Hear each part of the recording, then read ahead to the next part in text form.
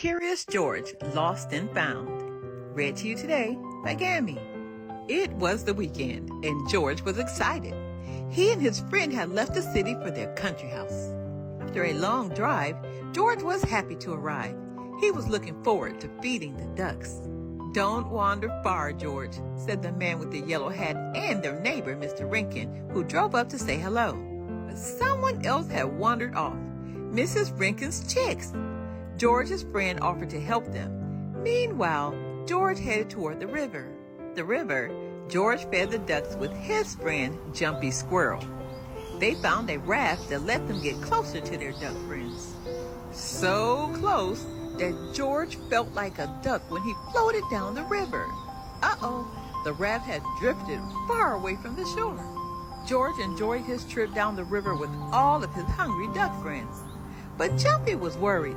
They were lost, just like the chicks. The raft passed some crooked trees and a big rock that looked like a duck. The big duck rock made the ducks quack and George smiled. But Jumpy was too worried to sightsee. The sun was setting. How were they going to find their way back to the farm? When they reached a bend in the river, George and Jumpy spotted a silo. Hooray! It looked like the Rinkins' farm. They waited until the raft neared the shore. They jumped off and headed toward the silo. But it wasn't the right farm. The Rinkins' silo was red. They were still lost. They looked around. Nothing looked familiar except the big duck rock. It was a landmark. Maybe it would help them find their way home. George drew a map. He remembered the big duck rock, the crooked trees, and the silo at the Rinkins' farm. George also remembered that the sun set behind the red silo every night. George and Jumpy decided that they should follow the sun. It would help them find their way back to the farm, especially if they looked for landmarks along the way. As George and Jumpy walked back to the farm, Jumpy bumped into their friends who were lost, the chicks.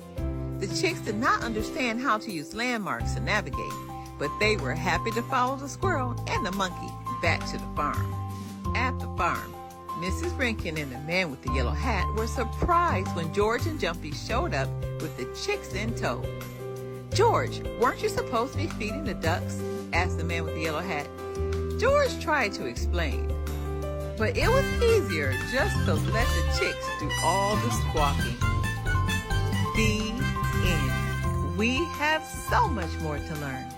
Take a second and find your way. Create your own treasure map. You can build your own raft. Be blessed.